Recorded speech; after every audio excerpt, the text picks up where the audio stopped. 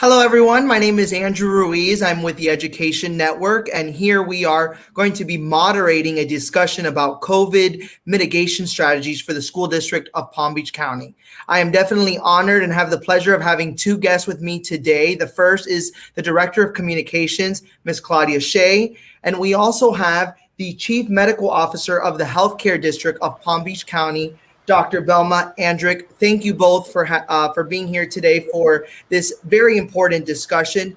Ms. Shea, we want to start with you and just have some opening remarks as to what we want to accomplish by speaking with the community today. Thank you, Andrew, so much. And thank you, Dr. Andrić, for being with us today. Andrew, this is really an opportunity to inform the community about how the school district is partnering with our local health officials, the healthcare district, and Dr. Andrić, and also Dr. Alonso from the Florida Department of Health. This pandemic is a community-wide effort. It's a statewide effort. It's a global effort. But here in our local community, we all need to work together to try to accomplish the ultimate goal to finally, once and for all, eradicate this virus from our community. So we're very excited to be able to partner with both health agencies, one for testing, rapid antigen testing, and then with Dr. Andrić for the vaccinations. And I just want to make this clear right off the top, that the school district is working with our health partners out of a matter of convenience and accessibility.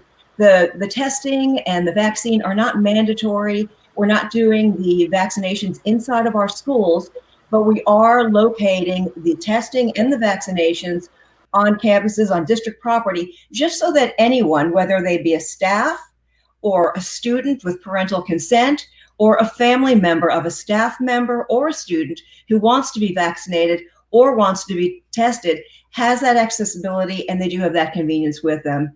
And I would really like Dr. Andrić to talk a little bit about, if you don't mind, about our partnership, which is now years and years strong. You staff the nurses in our schools, a fantastic partner, and how this partnership keeps growing and the critical importance of it growing right now. Thank you, Claudia, and thank you for having me.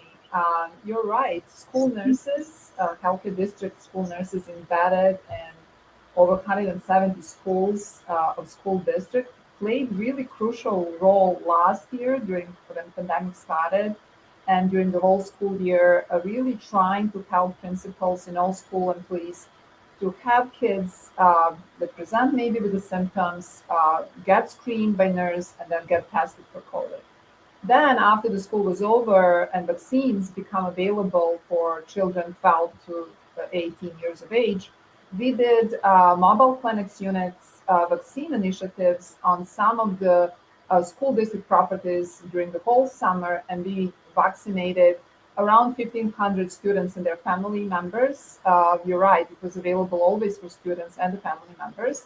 And we made it really conveniently located in 5 different locations around the county.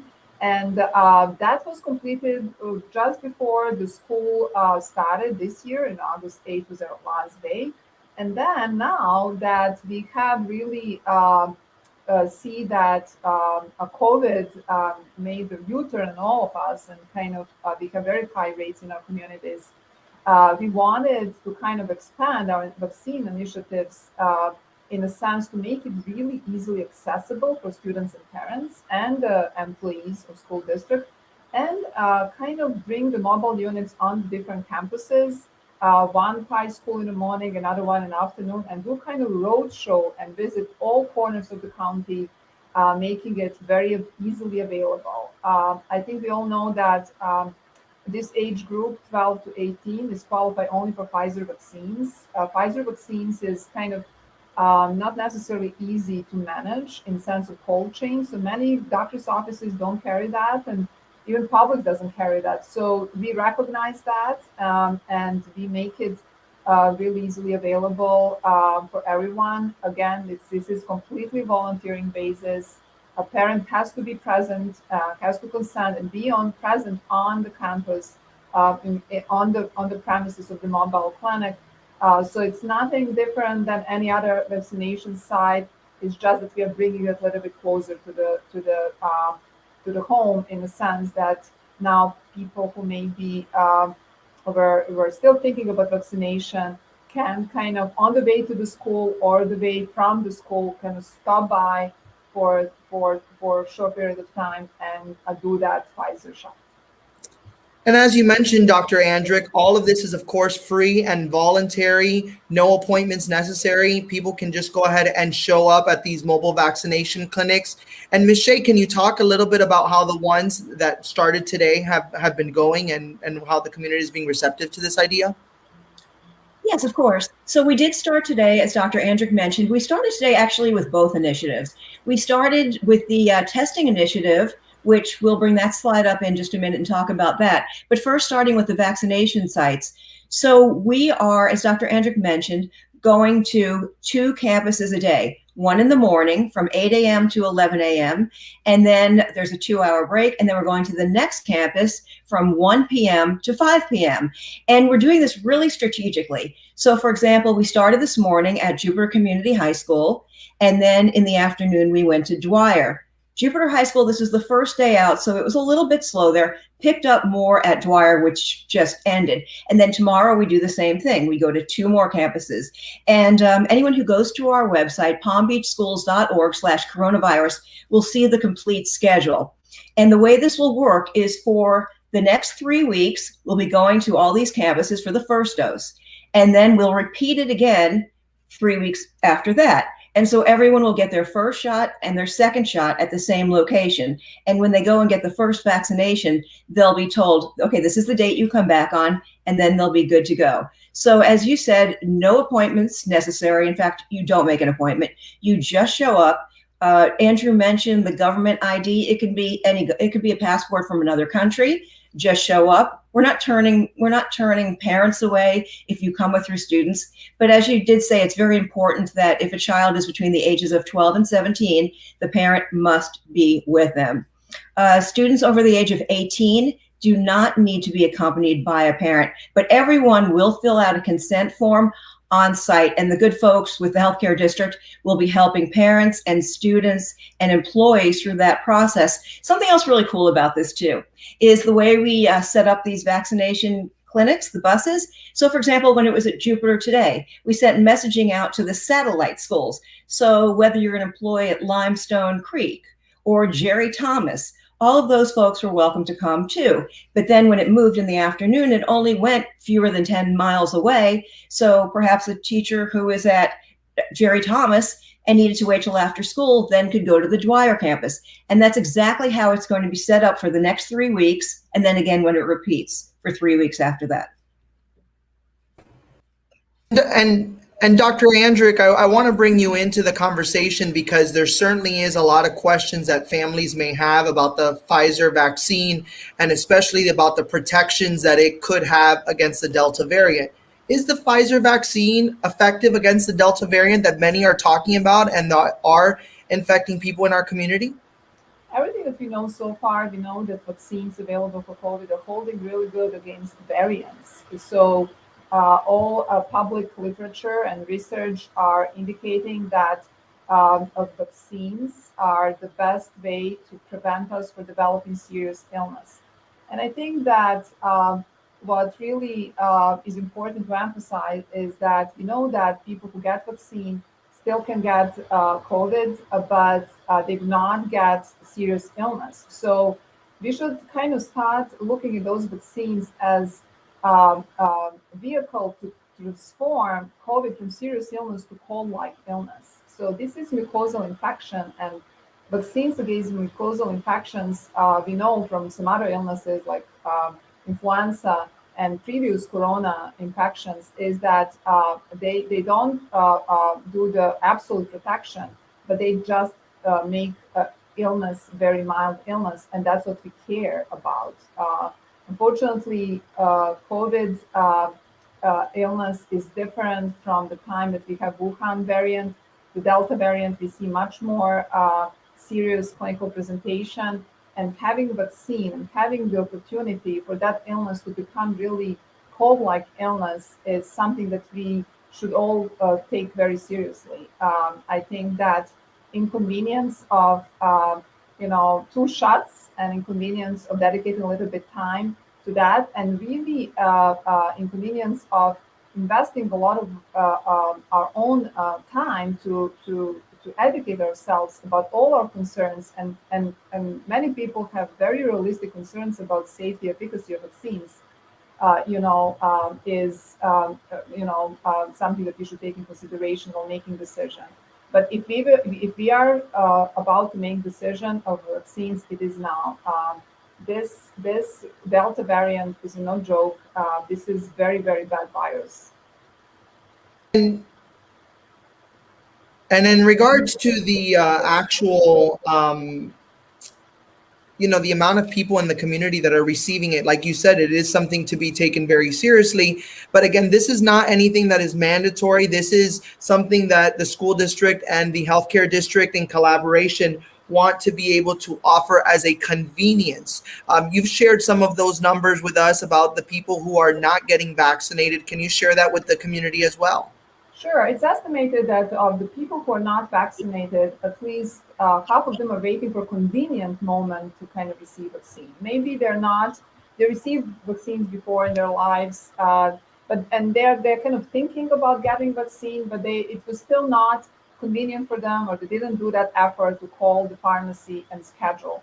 That's what we are hoping, that those initiatives will make very, very easy for people when they see the bus and said, you know what, now is a good day. So that's what we are trying to achieve with this. And our professional employees on the site, including fire rescue professionals who are administering vaccines, are available for any question. If people have any concerns right there on the site, they can ask healthcare professionals about their concerns. And one of the things that is being brought up now, and I want to bring up this question because we are starting to receive some questions from the public, specifically the one from Gregory Labad, and he's saying that whether you are vaccinated or unvaccinated, there are safe treatments available if you get COVID. Can you talk about some of those treatments that are being offered here and across the state? So this is a new type of virus. That virus I often talk about, like with my colleagues, is like just jump off the animals to us. The world is oyster for this virus. We're still learning a lot about this virus. And in that sense, therapies are developing for this virus. So we know that monoclonal infusion, if administered early on in infection, for people who are experiencing mild to moderate symptoms, work really well. For people who are admitted in the hospitals, we're having better and better treatment that definitely decrease the death rates that we have for people who are admitted. But still, it's very, very nasty illness. We still have much more people dying that we would like to see. Of course, we would like to see zero death rates from this virus, but unfortunately, many people are dying unnecessarily. This is becoming really preventable illness with vaccines, and although we will all die one day, we always say in preventive medicine we shouldn't die from preventable illness. So this is something that we can prevent, especially people who are at high risk. And what is the severity among kids about, with the group that we're specifically talking about? I read today that the American Pediatric Association actually issued a statement that last week, more than 30% of cases were among children. And with Delta variants, we have more and more severe clinical presentation.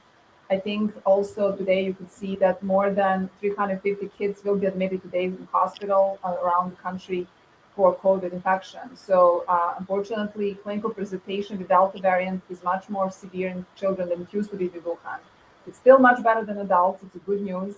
Scientists are talking that kids have a lot of corona infections, so they might have like some mix of antibodies that really prevent them from serious complications. But with Delta variant, we see more than we saw in the beginning in sense of how serious infections are among kids. And I want to bring Ms. Shea back in because I think we need to talk about, again, the school district did put several mitigation strategies, especially last year when there were students on campus, and we'll address some of those that the district put in place. But as we've had in discussions, this really is taking it to the next level, is again providing the vaccination and then also the testing. So if we can go over some of the testing, that would be very beneficial for everyone. Right. As I mentioned earlier, the Department of Health started the testing site today. There will be 2 locations ultimately, but the first one is at the Chuck Shaw Tech Center, That's the Educational Technical Center. That's in West Palm Beach, and that runs until October 1st. So that one's 30 days and may ultimately be extended. Then we have West Technical Education Center. That's out in Belle Glade, and we expect that one to start next week. And these are 7 days a week that they're doing the testing, and it's from 9 a.m. until 7 p.m. And it is the rapid antigen test, which is the same one that the healthcare district does in our clinics. So we currently test symptomatic children in our clinics, in our schools, if that child has a consent form on file, and when the school nurse calls the parent, even with that consent form, the parent says, yes, I would like to have my symptomatic child tested. Now, something I really want to underscore that's very important. We do have a certain number of children who are out at any given time because they're either under a district ordered stay home directive because they may have been exposed to coronavirus, or maybe they're under a health department enforced quarantine. We've had parents call the school nurse and say, hey, can I bring my child back in to see if they're still positive? And we don't want that, because if you do that, you might be bringing a child who is still positive for COVID back onto your campus, and that defeats the whole purpose. So that's why we do want anyone, whether they be a student or a staff member, to go to one of these testing centers and get tested, because this will be accepted by the school district as proof that you are no longer positive. So when we talk about these rapid testing sites, again, it's the rapid antigen test. You'll take the test. The health department says you'll probably be notified within the hour on your phone. You can screenshot the result. And again, it's for a guardian, must be with somebody who's under the age of 18. It's drive-through. You don't even get out of your car. And then neither the COVID-19 vaccine or the testing. This is so, so important. The district really wants to underscore that the testing is not mandatory. The vaccine is not mandatory. But again, it's all about convenience and accessibility. The district's not trying to change anybody's mind about vaccinations or testing, but we do know that there are a lot of folks right now, especially with the testing, who haven't been able to make appointments because everyone's booked. So we want to make that easy for everyone. And with the vaccinations as well, as Dr. Andrić said, the Pfizer vaccine is not that readily available right now. So that's why we decided to go with the Pfizer vaccine, which we know has been approved for children as young as 12. And then here's you see a line. Now, this is from today. This is at the Chuck Shaw Tech Center, and it was very busy out there, but it moved pretty quickly because the test is basically a swab 5 times on each nostril, and the whole test only takes maybe 10 minutes, and then you get the results. You drive off and you get the results. But again, it was busy on the first day. We expect this to go down a little bit, but it is 7 days a week, and you do have all day to go out there. Dr. Andrić, if I may ask you really quickly, the health department is using the same test that you use in the schools, that Binox Now rapid antigen test. What would you say about the accuracy of that test when administered by a health official? Yeah, that's a great question. So Binox Now rapid antigen test is probably the best rapid antigen test that we have on the market, with very high sensitivity and specificity, regardless of symptoms. So many people says like test is good with symptoms, or test is good. Test does not care about your symptoms. Test cares about like presence of the viral materials in the nasal swab, and that's what test is intended to test for. So this is very high sensitivity and specificity test if it's used within the first 7 days of infection. That's why it's really the great test for a school setting, because what we care about is really to diagnose transmissibility of that particular child or employee.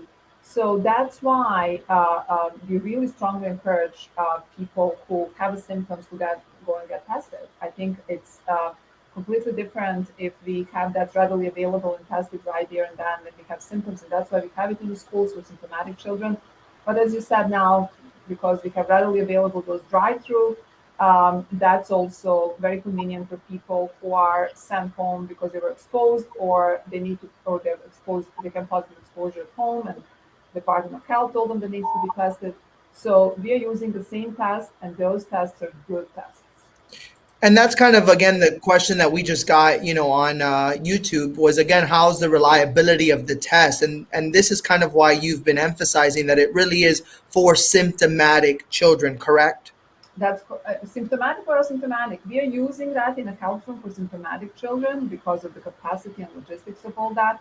Again, even for the performing tests in the schools, we need to have parent consent. So we don't test, and for the children younger than 2 years, second grade, I'm sorry, our school nurse is also requiring parent presence.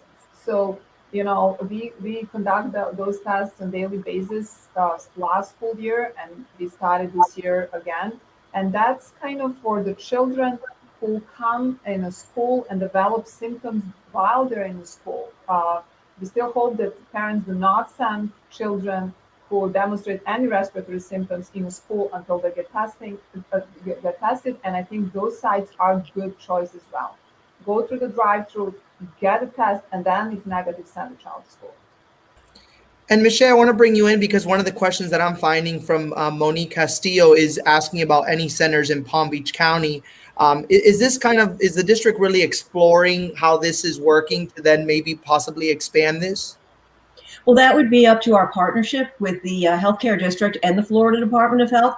But of course, we're looking to expand and protect as many people as we possibly can. It all begins and ends with demand and accessibility, and that's what we're doing right now. And I think it's also important to point out that our school board and our superintendent are committed to this effort, to helping as many members of staff. Remember, we're the largest employer in Palm Beach County. We've got almost 23,000 members of staff, and then our kids, almost 200,000 children from pre-K to 12th grade. And so we just really need to be there to serve the public and to help right now. And when you think back, 18 months ago when the pandemic first started and all of this was so new to us, that's when we started putting these layers of protection in place. Of course, the very first thing was there was the remote instruction, which is no longer available by governor's order this year. And now that we do have the kids back in school, we do have many of the mitigation strategies that we put in place in part of last year when kids were coming back to our schools.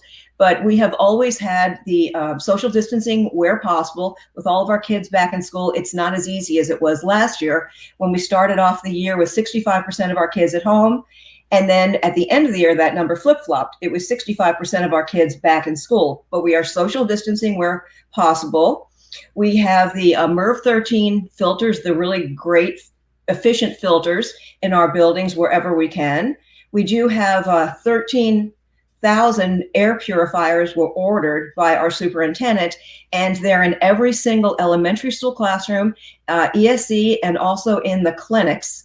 And we're going to be expanding that to all of our schools. So every classroom, in addition to have the MERV 13 air conditioning filter, will also have an air purifier. We do have the electrostatic sprayers, which are environmentally approved. They are not dangerous to children. That has all passed, EPA inspection, and our school district testing for safety is even more stringent than that. This is what they use in ambulance to, clean out those vehicles. But anyway, and then the sanitization, enough cannot be said about our facilities people, our custodial crews. They're out there cleaning, sanitizing all of the time. High touch areas of the school are constantly wiped down. We're also having kids eat outside more often. This heat is so oppressive, so it's dangerous, but where it's safe on the days that it's not too hot or oppressive. The superintendent has ordered extra picnic tables for outside. As you see right there, the high touch areas being wiped down, and the list just goes on and on and on. Our chief operating officer has been on top of this since day one, making sure all of these mitigation factors are in place, that our custodial crews have been trained. The electrostatic sprayer that you see right there, that's also used on our school buses. So this is just a multi-platform layer of transmission mitigation that is in place every single day on every campus and on every district ancillary building. And one more thing, when we talk about the district ancillary buildings, the buses from the healthcare district that will be on our campuses, in addition to having those satellite schools nearby where we're inviting staff or students to come over from those schools, same thing. So when the bus is in the area of Fulton Holland, for example, if those staff members want to go over, anytime the bus is in the area and you want to go over, everyone is welcome. Everyone from the district is welcome. Every student is welcome. And it's just so important that you understand that this service is there for you. The only thing that we would ask of staff is if you're a teacher or a school-based faculty worker, please work with your principal if you'll be leaving during school hours. Just make sure that's okay. Because again, we do have those afternoon hours at another nearby location where you can go after school as well. Same thing with students going to school. Yes, you may now be 40 minutes late to your class or 30 minutes late to your class if you go first thing in the morning, but just check in through the front office. And the principals are all aware of this, and they will grant, any kind of a pass necessary, and it'll all be fine and taken care of at the front office. And some of the questions that are coming in, which again, we should mention this, is really the feedback from the public. So Lisa is asking if there's been any consideration for a PCR test for asymptomatic kids. Also, someone mentioned, has the school district considered other settings for lunchtime besides the cafeteria setting where kids can be exposed? All of these things, as we've pointed out, and as you just talked about, some of them were from parent feedback. The outdoor seating we do have available at some of our schools. The air purifiers, that came from constituents. So we're glad to have this open dialogue between the school district. And as you have mentioned, Ms. Shea, we would like to hear from the public as to how we could be doing better. 100%. We need everyone's input. And I know that quite a few people write into the board office, or they make valuable comments during school board meetings. And these are your kids, or as our employees, this is your job and you're serving our district. So of course the superintendent and the school board welcome this input.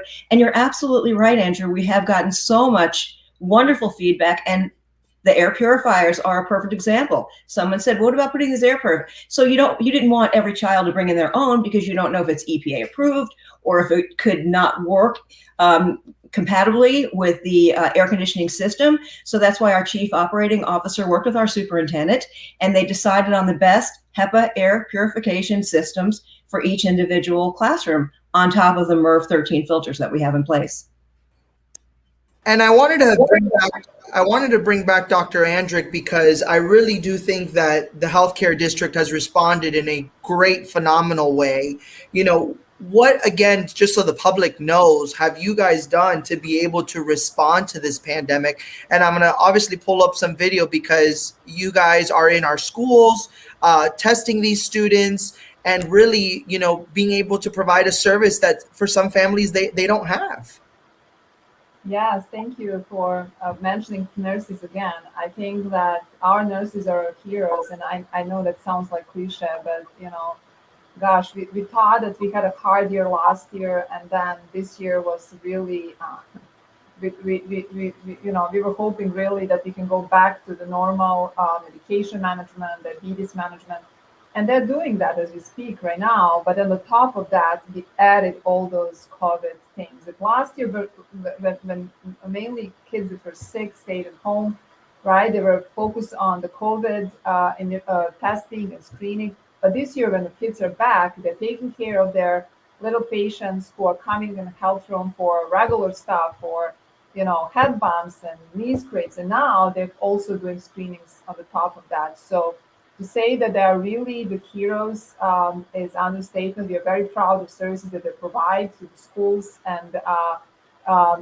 we really hope that we will be able to continue to provide them all necessary tools, including tests, to make really the best decision in that moment. Because kids coming in a health room with the symptoms and get tested right there and then, majority of those kids can go back because they're negative. So that's why we really hope the nurses will continue to decrease absenteeism from the students, and to continue to be able to test.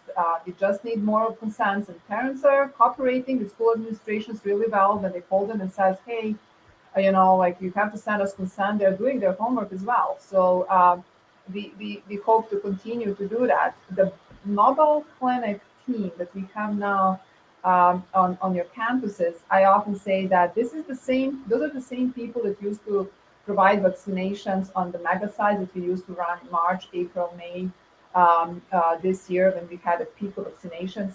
These same team was giving like 4,000 vaccines or 5,000 vaccines a day back in the time. Now they're happy to do 40 to 50. So, those people have a lot of vaccines under their belt. I would say that so far, Healthy District vaccinated more than 250,000 people.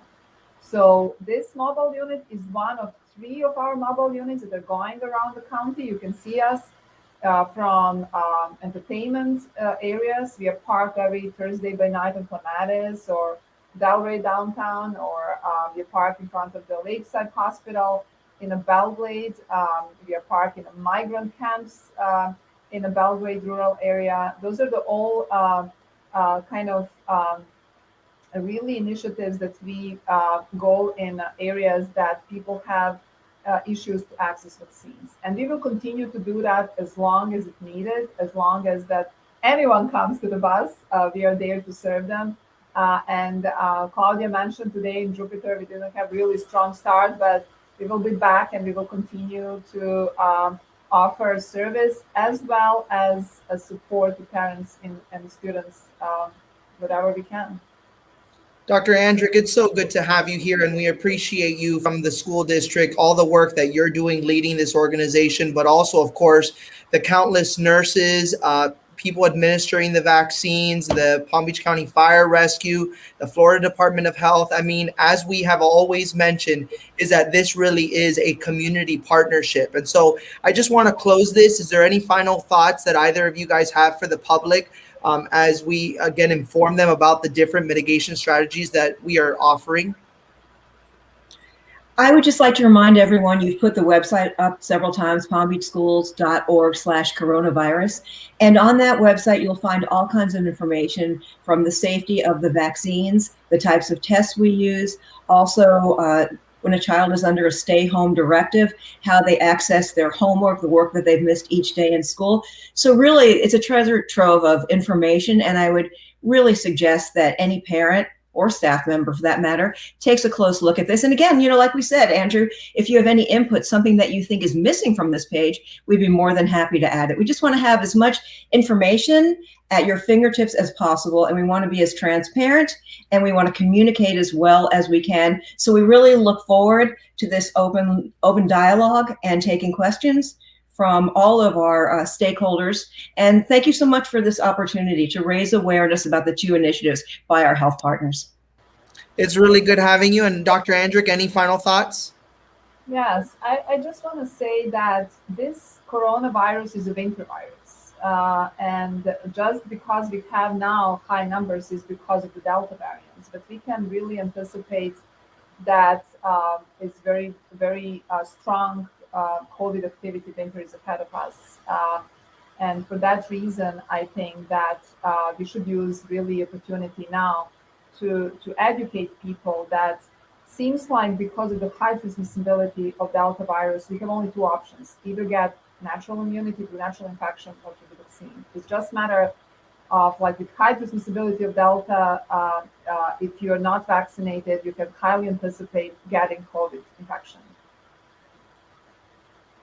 Well, thank you again, Dr. Andrić, for being here, and Ms. Shea for being here. It has been a great conversation. So please do visit palmbeachschools.org. And again, there are plenty of resources there available to, again, find out more. The consent forms are there in case you need them if you're going to the site. Again, this is an open dialogue, and so we're excited to be able to provide this service now. So from all of us, we hope you have a wonderful week and have a good night. Thank you. Thank you.